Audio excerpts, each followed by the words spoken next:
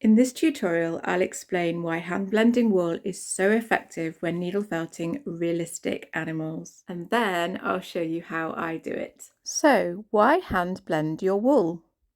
When you closely study the lovely colours and textures of a real animal's fur, you'll notice there are often many different tones rather than just one block colour.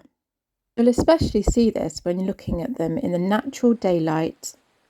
When replicating a fox, I chose a variety of colours, rather than just one or two, to make the fur look as realistic as possible.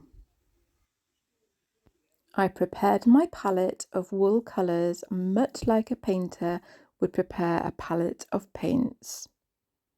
So how then do I mix these beautiful colours together? That is where the hand blending comes in. You could use carding brushes or dog brushes to blend several colours of wool together to get the tone you need, and that's great, especially for tiny animal creations or where the animal has shorter fur. But with hand blending, although it can take a little bit longer, I do find that I have much more control over how much I want to blend the colours. And it's perfect for long-furred animals. Hand blending enables you to keep those top fibres all lined up in the same direction with very little matting. And then those luscious long lengths can be added as fur to your animal. And if you want to, you can still see the individual strands of colour for a natural textured look. So how do I hand blend? For long fur, you'll need to keep all the fibres going in one direction as much as possible, and then we'll simply be using our hands to hand blend.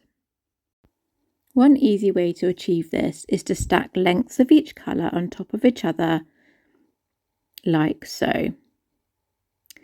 And then hold one end of the wool firmly with one hand, and then using your thumb and first finger of the other hand, carefully but firmly pull the wool away.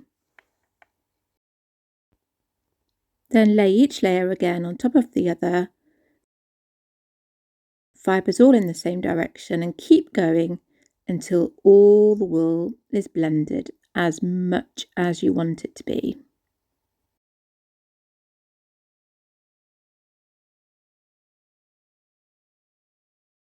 You can also split the piles lengthways if you see too much of any one colour. Make sure to split the piles of wool into smaller, manageable sizes and not too much to blend in one go. I hand blended wool for my donkeys, guinea pigs,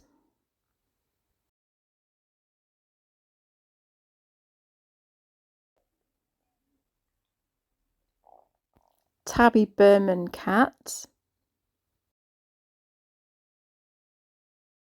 Shetland sheepdog,